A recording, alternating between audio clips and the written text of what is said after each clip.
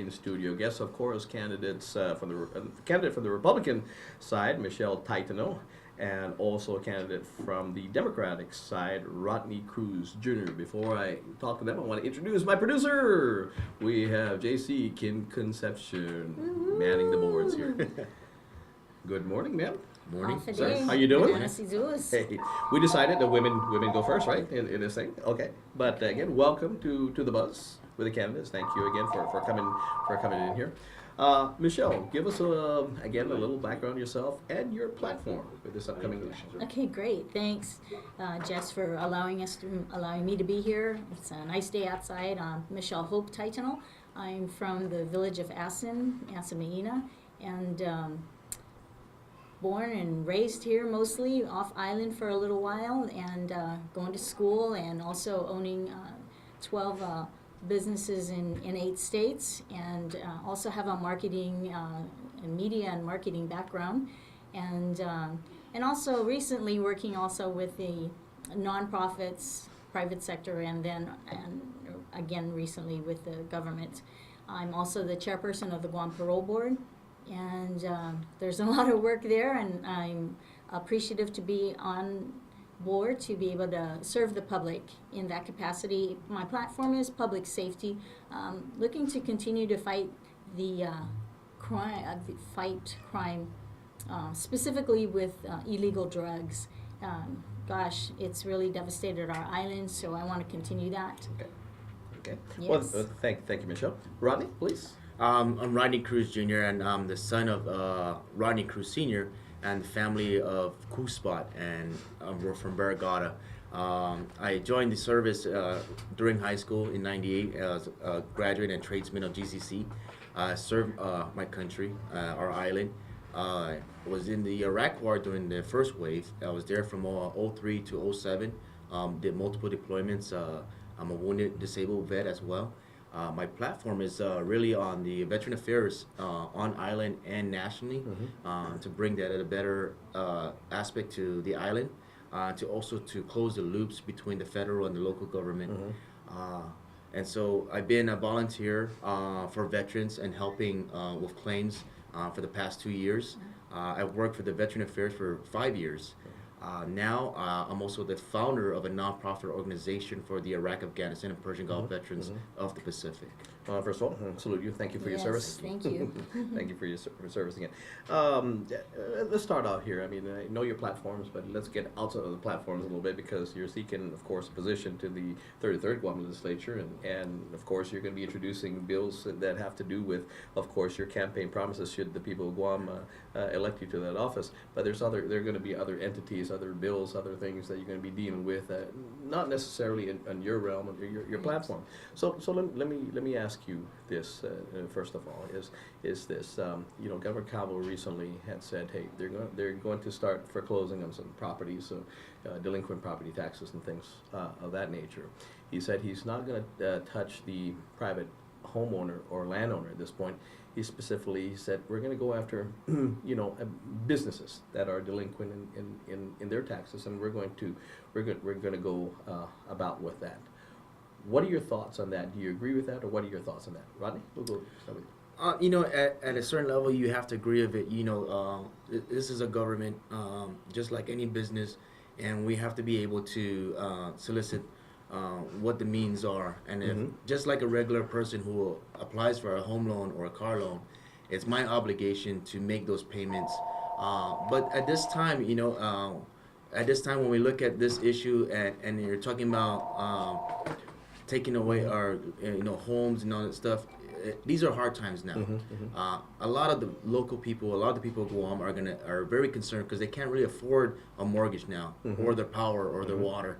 And right now the biggest concern for me, which I've been dealing with over the past several years, is homelessness on Guam, especially veteran homeless. Our numbers have grown, and now according to the report on the census from the Homeless Commission, it is my knowledge that it was underreported, and so the numbers are a lot larger than what it is. We are going in the verge of poverty, and so that means more of the middle class and the lower income are going to be pushed out of their homes because they can't afford their mortgage, their rent or stuff. Okay. And so I believe that at this time, I believe the administration should look into different approaches to where they can assist the families or the businesses in trying to giving up that Yeah. home. Thank you, Rod. Michelle? Well, I believe if their businesses are delinquent in their taxes, I believe that it is owed. I mean, we all pay taxes, and especially with businesses, I think they, they are more accountable because they provide a service to the island. As far as getting taken away their property if it's been abandoned or it hasn't been paid. I believe as long as we have researched and if there's no end, there's no means for people to pay on that, and if there's no negotiation, I think the governor would be open to negotiations if someone was found to say, yes, I own that business, yes, I'll pay taxes. Can we negotiate on this, and can I pay it while I keep my property? Things happen. Sure. And as long as we can negotiate and be reasonable with each other and still at the same time meet the missions of the government to clean up some of these delinquent taxes, I think it's good. Yeah. No. Okay. Great. Now let me ask you this. I think one of the most important things here in Guam, things that we're facing at this point, power rates, water rates at this point.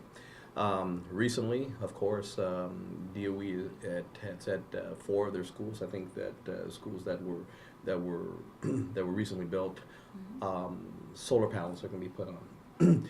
GPA kind of came out and said, "Slow down, slow your roll," because again, it's going to decrease, of course, the payment, which is about $1 million a month that DOE is paying into GPA. But at this point, again, we as power consumers, over the years, we've been told to conserve. We have conserved so much that I think we're doing without hot water anymore and things of that nature. But the more we the more we conserve, the more the burden is upon us again to pay. What is your solution to fossil fuel? Should you get in the 33rd Guam legislature? What would you do? What would you introduce or help craft?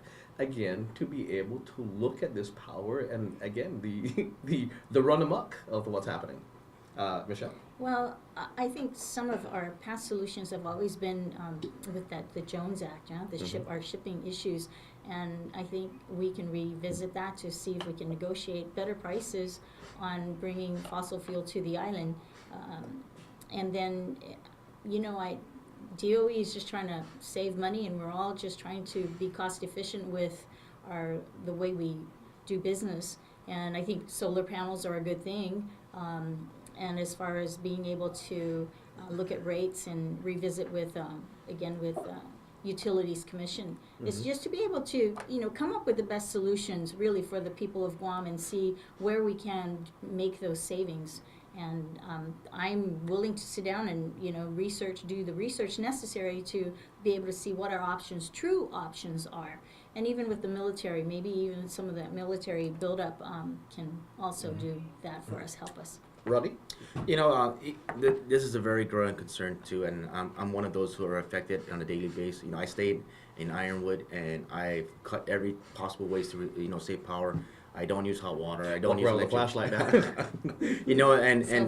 and that I applied there because of the low cost housing. Sure. And on there they have the units like the old 5-ton AC units, and my power bill is as much as my rent. And so I believe going on that, on how can we, we said, the Jones Act, we have to look at that, and trying to reduce the fuel costs, and we have to really look into, all options, whether it's talking with these fuel companies, charging per gallons and oil barrels and all that stuff, or bringing in offshore private investors to help assist us, or battery cells. There's so many things out there that we can do to help, other than just solar panels. I believe we have the windmill going up in Dundun Farm right now, and so I believe it's about bringing the community of business together and outside to work this issue. Okay, thank you very much. Let's go, since you brought up the Jones Act, and both of you are talking about the Jones Act. I was very involved in the Jones Act, of course, the cabotage part of that. But let me ask you this: the importance of the Jones Act, of course, you're talking about fuel costs and the cost to bring here. But the Jones Act encompasses not just shipping, but also the airlines. What would you do should you get elected again to force the delegate, okay, whoever the delegate may be, again, to fight for the exemption of the Jones Act for Guam, and not just on the shipping side, but it's very detrimental as well on our airline side. Yeah.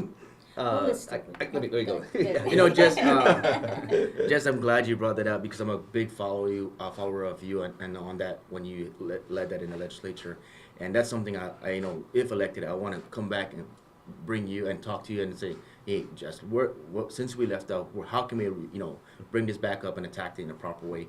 This is a big issue, airlines, and when I followed you on this, you know, I don't see why this shouldn't happen. You know, flying from Philippines to the U.S. is a lot cheaper than Guam to the U.S. Now, as a disabled vet, I have to fly off island. When I came here, all my treatment was done off island, in Oregon, in the mainland, all over, and we have a huge number of disabled vets in Guam, and even the VA would not allow us or pay for our flight to go to Philippines, which is a lot cheaper and a lot better than going all the way to Hawaii and without family and trying to recover there. And so this is a big issue with that, and that's something I want to bring back to the table if elected, is to come to you again and say, Jess, let's reapproach this and let's attack it this time. I got all the paperwork ready for you. All right. Michelle, Okay, you'll there share you that go. with me And too, right? Likewise, yourself, both of you. Okay. Okay. Well, you know, if the research has been done, Yeah. you know, why replicate the efforts? And if you're willing to share that, of course, let's do Absolutely. that, because you obviously started it, and obviously we're still talking about it, so obviously it's a concern to date.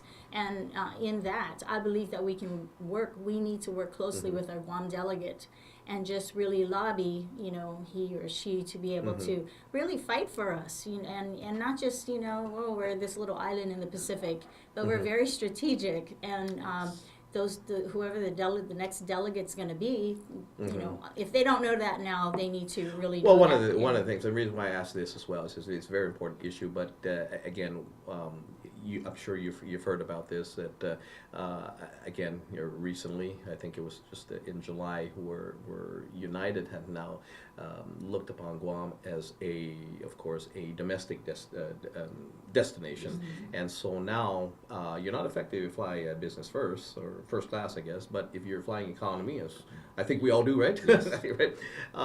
You're not fed. You're not fed Right. because you're a domestic, Yes. you know. And what I don't understand at this point is how can we be both domestic and international, both the same person, both on the same plane? I don't understand that at all, because if we're truly domestic, we won't have to go through immigration and Yes. customs clearance as we do now. No. And again, you don't have that flying domestically from, say, LA to Hawaii. Right. But you know, because we are a domesticated international destination, we have Right. to do that. So again, don't get me good going against it, because I'm not a candidate for third president. But thank you for your answers. Let's go to the hospital. Yes, hospital in this situation here. Recently, Administrator Verga has said he just came back from St. Luke's. Okay, and he's looking to partner up with St. Luke's to bring back some expertise. I applaud those efforts. I mean, it's great to be able to bring folks back here to Guam to be seen in some of the elements, of course, that they have to go off island to be treated for.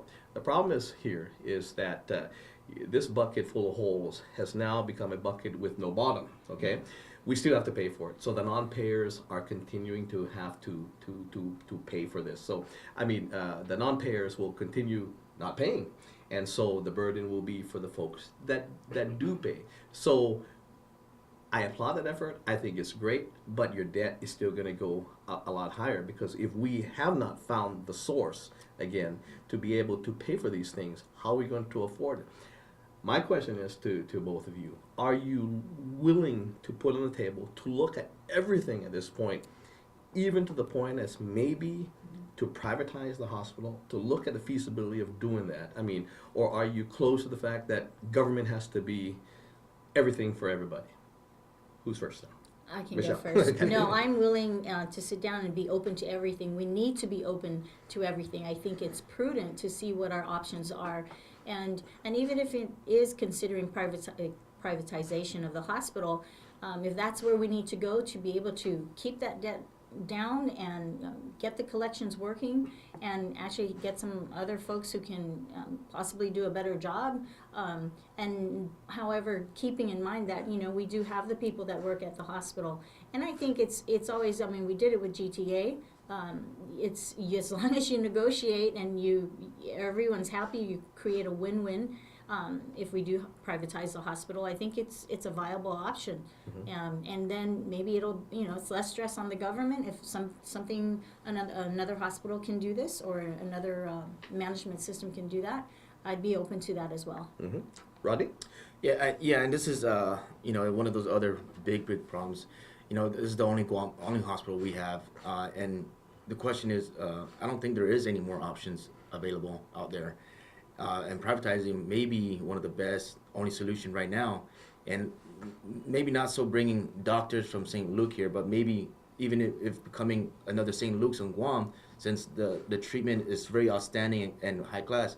Now the problem with that, what went on is still they have to meet the American Board of Medical Associate, and without that approval and that licensing, we're still at a dead end. So it's almost like running into a brick wall.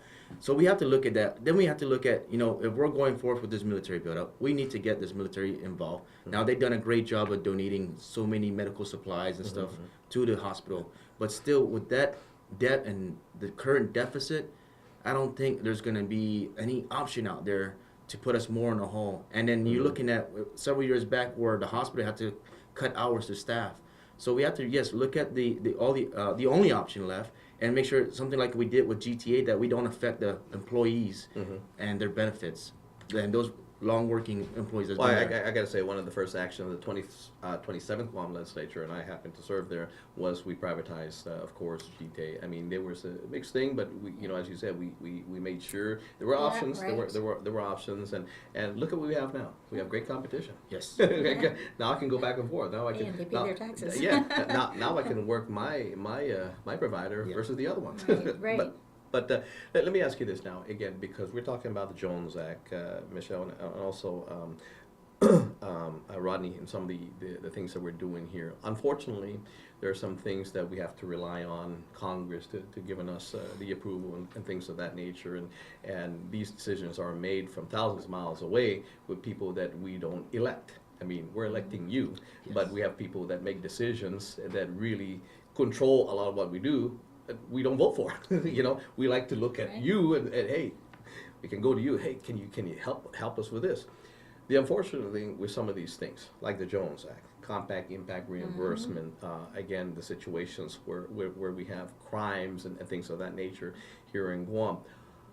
Your thoughts, if you were to vote today, when we're going to go vote for you guys in the general election, I'm bringing you guys to the general election already, okay? And so we're going to vote for you, and then alongside that is a political status vote based on the three statuses, the statehood, independence, and free association. Based on what you know to this point, if you were to vote in November and we're voting for political status, what will your choosing be and why? Ronnie? That's something, I'm still even thinking about very thoroughly and very hard, is because even as a disabled veteran, I served my country, active duty, and I was a wounded soldier. Even being a U.S. citizen, I couldn't vote for my commander-in-chief, which is the president. And so even making that determination, whether it be statehood stuff, I really have to look at where the future lies for Guam and our kids. And that is because we are a strategic part of the world. We're more strategic than Puerto Rico, but yet Puerto Rico can move mountains and shake trees. We need to have that out here as well. This is the 21st century. We are no longer back after post-World War II. Things are different now. Guam really needs to pick up itself and let the people decide what's our course. And so that's a very tough question for me, because being a veteran and a disabled vet, it impacts me not just on deciding on whether it be a statehood or stuff, but also, where is it lie for me as a veteran?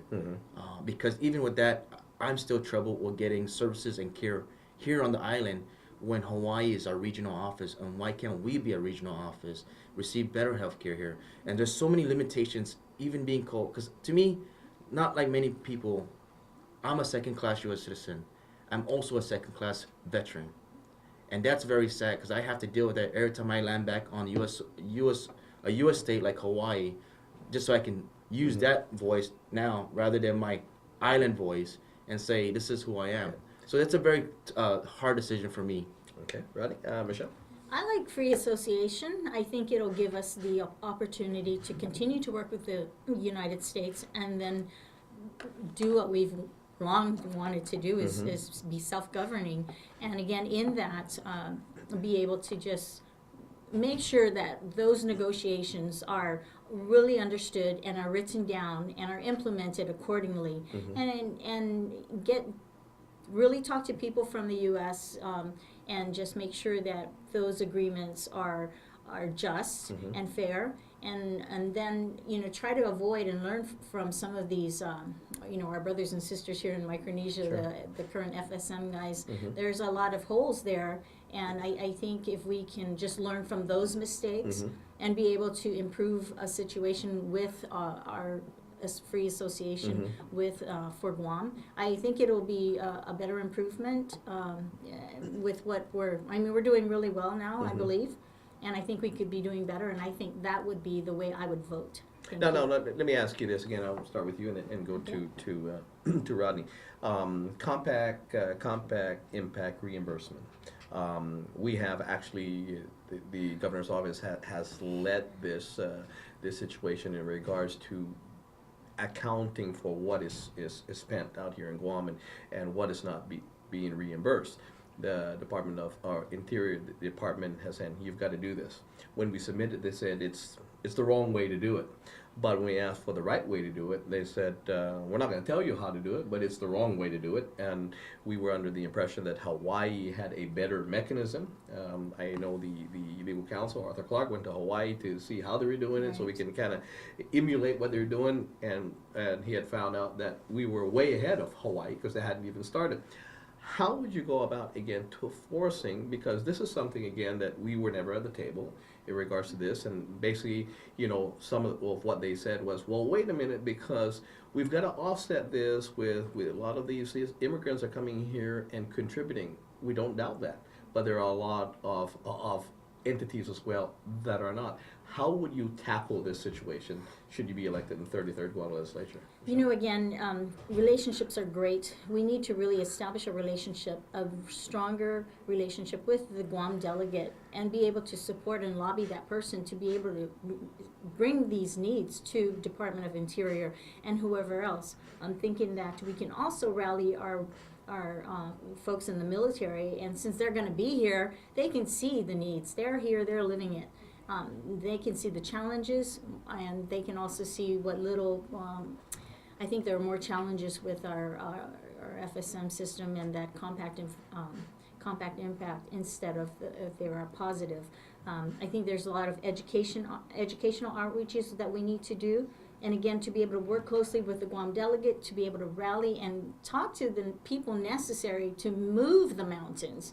Because, it's just that we're here in Guam, we can't just stay here. We need to actually go over there, and I wouldn't mind going over there and talking to those people who are going to be the movers and shakers for Guam. Okay. Rodney? Yeah, we have to really push, our delegate, congressional delegate, and get our governor involved on this issue. Immigration, I think, is not only a Guam issue. Being a U.S. territory, it's a big issue for the United States as well. We hear that in the news. And so this is, even working with the Interior, I think what we need to do as our island of Guam is we need to look at the compact impact, and maybe we have to go back and re-gut it and make it to where it's going to be the better for us, and not to where we're having to suffer. There's a lot of issues that we have identified already. Maybe it's something that we didn't foresee in the beginning, and that's something we can, go back and reevaluate and say, hey, look here, this is our assessment, and we want to go ahead and vote on to make these changes. Hawaii's done so.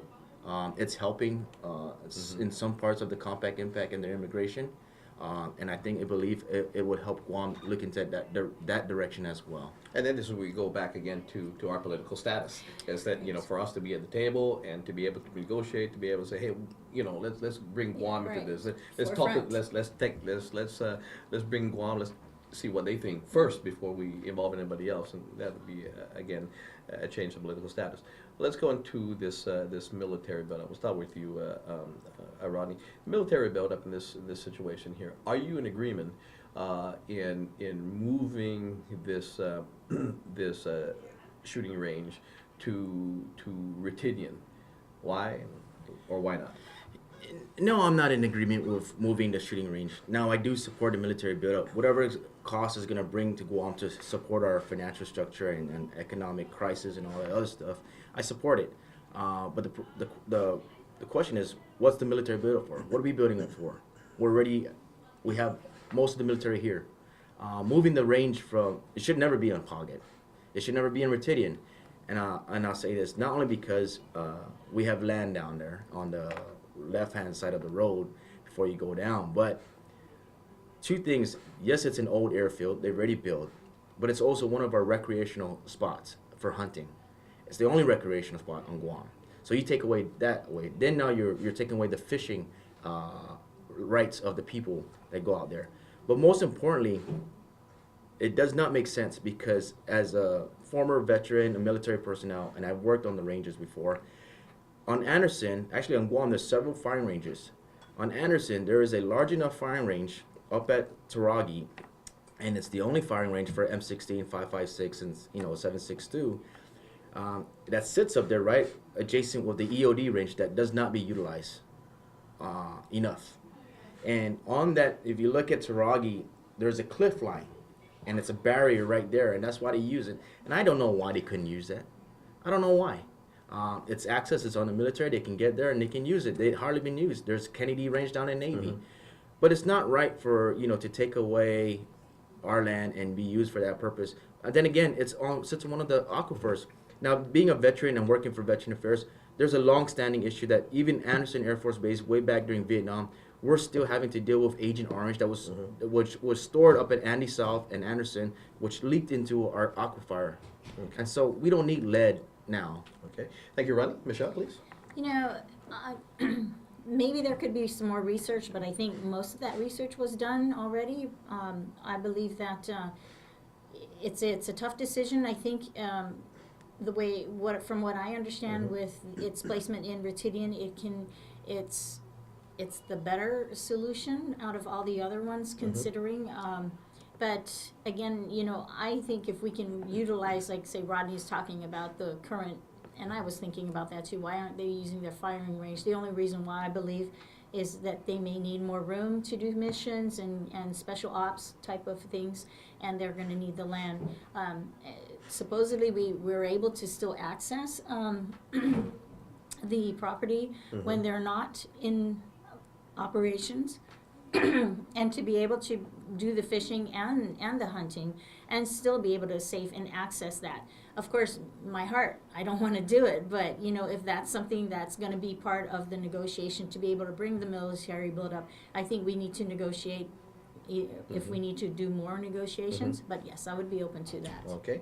Well, I think we're coming up to the end here. I want to say again, please talk to the people. What would be the first thing you do should the people of Guam allow you to serve in the 33rd Guam legislature, and about yourself a little bit again, and your number and what side of the ballot you're on. Yes, Rodney Cruz, the Democrat, number 3.